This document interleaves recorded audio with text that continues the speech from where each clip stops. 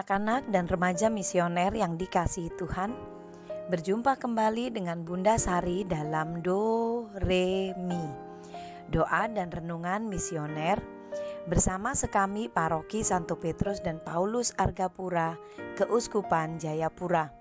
Pada hari ini, Kamis, tanggal 10 November tahun 2022, merupakan pekan biasa yang ke-32. Bacaan yang akan kita renungkan pada pagi hari ini diambil dari Injil Lukas bab 17 ayat 20 sampai dengan 25. Hari ini Gereja Katolik Semesta juga mengadakan peringatan wajib Santo Leo Agung, Paus dan Pujangga Gereja. Seperti biasa, sebelum kita membaca dan merenungkan sabda Tuhan, mari kita menandai diri kita dengan tanda kemenangan Kristus dan berdoa. Dalam nama Bapa dan Putra dan Roh Kudus, amin. Allah Bapa sumber segala kasih dan berkat, kami kembali menghadap kehadirat-Mu pagi hari ini, menaikkan syukur dan pujian kami atas segala kasih karunia-Mu. Terima kasih ya Bapa, Engkau sudah membangunkan kami pagi hari ini dengan tubuh yang sehat dan keadaan yang baik untuk kami melanjutkan aktivitas dan pelayanan pekerjaan kami sepanjang hari ini. Bapa, jadikanlah kami hari ini sebagai pembawa damai-Mu, agar apa yang menjadi warta kabar sukacita dari Tuhan bisa kami teruskan kepada semua orang di sekitar kami. Terpujilah nama-Mu Bapa, Putra dan Roh Kudus, kini dan sepanjang segala masa. Amin. Anak-anak dan remaja misioner yang dikasihi Tuhan, mari kita bersama-sama membaca dan merenungkan sabda Tuhan. Tuhan beserta kita sekarang dan selama-lamanya. Inilah Injil suci menurut Lukas. Dimuliakanlah Tuhan. Kedatangan kerajaan Allah. Atas pertanyaan orang-orang Farisi, apabila kerajaan Allah akan datang, Yesus menjawab, katanya, kerajaan Allah datang tanpa tanda-tanda lahiriah. Juga orang tidak dapat mengatakan, lihat, ia ada di sini, atau ia ada di sana. Sebab sesungguhnya kerajaan Allah ada di antara kamu. Dan ia berkata kepada murid-muridnya, akan datang waktunya, kamu ingin melihat satu daripada hari-hari anak manusia itu, dan kamu tidak akan melihatnya. Dan orang akan berkata kepadamu, lihat, ia ada di sana. Lihat, ia ada di sini. Jangan kamu pergi ke situ, jangan kamu ikut. Sebab sama seperti kilat memancar dari ujung langit yang satu ke ujung langit yang lain, demikian pula lah kelak halnya anak manusia pada hari kedatangannya. Tetapi ia harus menanggung banyak penderitaan dahulu dan ditolak oleh angkatan ini. Demikianlah sabda Tuhan, terpujilah Kristus. Anak-anak dan remaja misioner yang dikasihi Tuhan. Santo Leo Agung lahir di Tuscany, Itali pada tahun 391 dan kemudian menjadi paus pada tahun 440. Nama panggilannya Leo. Ia adalah paus pertama yang digelari agung dari 4 paus yang mendapatkan gelar agung. Ia terpilih menjadi paus setelah wafatnya Paus Sixtus ketiga pada bulan Agustus tahun 440. Masa-masa itu adalah masa sulit bagi gereja, di mana pasukan barbar menyerang umat Kristiani. Dan di dalam gereja sendiri, beberapa orang mulai menyebar luaskan ajaran sesat. Tapi Santo Leo adalah seorang paus yang amat mengagumkan. Ia sama sekali tidak takut akan apapun dan siapapun. Beliau mengandalkan devosinya pada paus pertama, yaitu Santo Petrus Rasul. Untuk menghentikan pengajaran iman sesat yang terjadi di gereja, Santo Leo menjelaskan ajaran iman yang benar melalui tulisan-tulisannya yang terkenal. Ia mengadakan konsili untuk mengutuk ajaran-ajaran yang sesat. Tetapi mereka tetap tidak mau berbalik dari ajaran mereka yang sesat. Paus Leo, saat orang-orang yang sesat itu kembali ke dalam pelukan gereja, Paus Leo akan menerima dan berdoa bagi mereka agar keselamatan mereka, agar iman percaya mereka tetap teguh.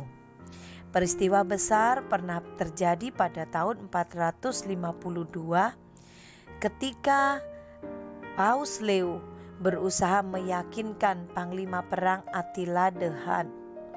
Attila dan pasukannya ketika itu sedang berusaha menguasai seluruh Italia. Saat ia memasuki kota Roma, segera terjadi kepanikan di mana-mana. Penduduk Roma sangat panik. Pasukan bangsa Hun membakar banyak kota dan membantai habis penduduknya.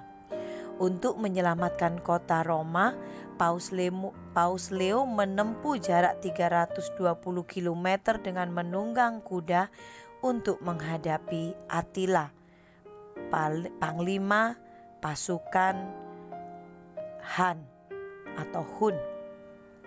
Satu-satunya senjata yang dibawa Paus Leo pada hari itu hanyalah kuasa Tuhan.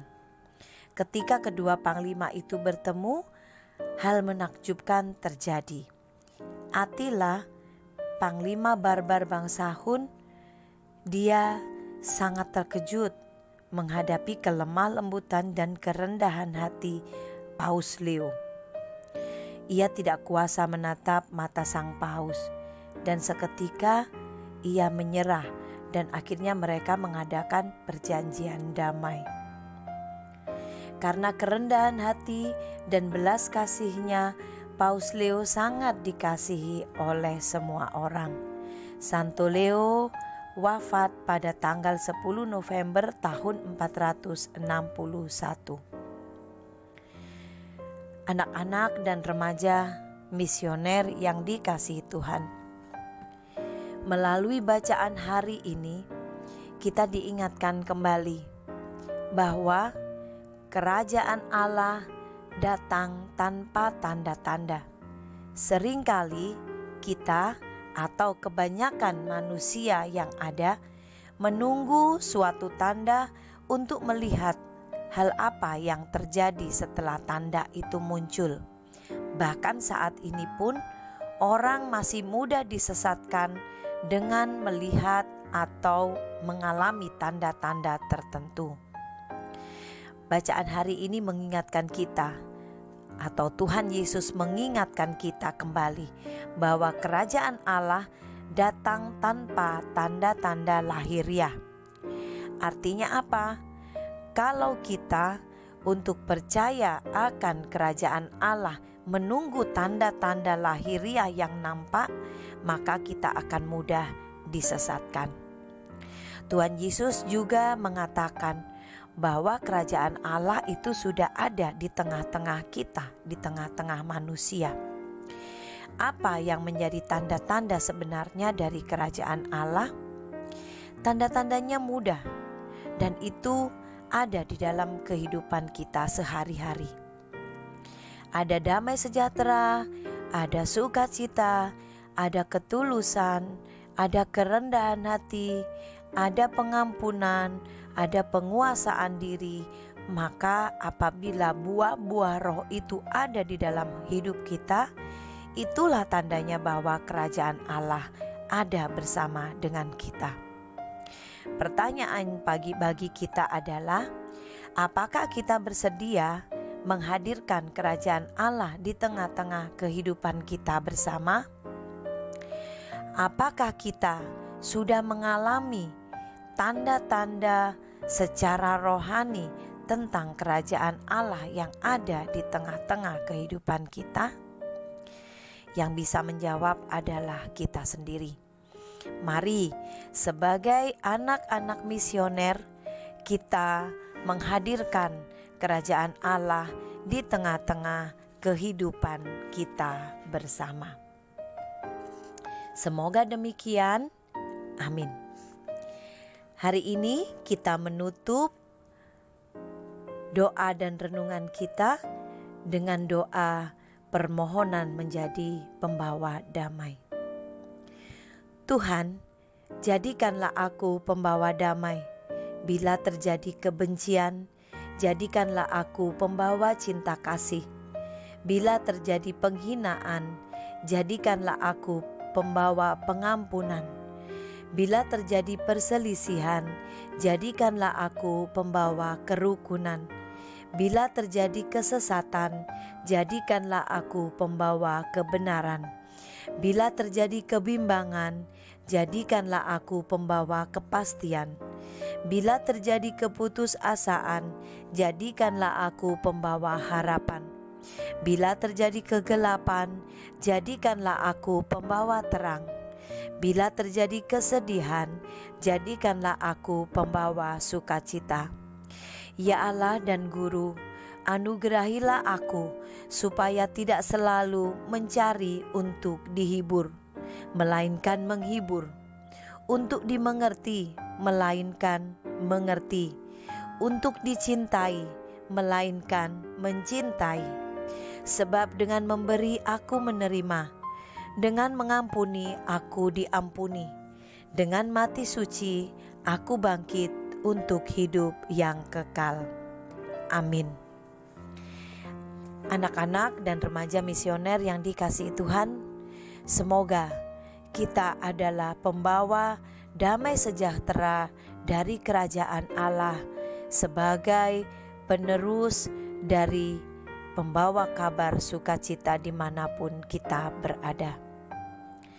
Semoga kita semua dalam hidup ini, dalam tugas pekerjaan pelayanan kita, senantiasa dilindungi, dibimbing, dan diberkati oleh Allah yang Maha Kuasa, dalam nama Bapa dan Putra dan Roh Kudus.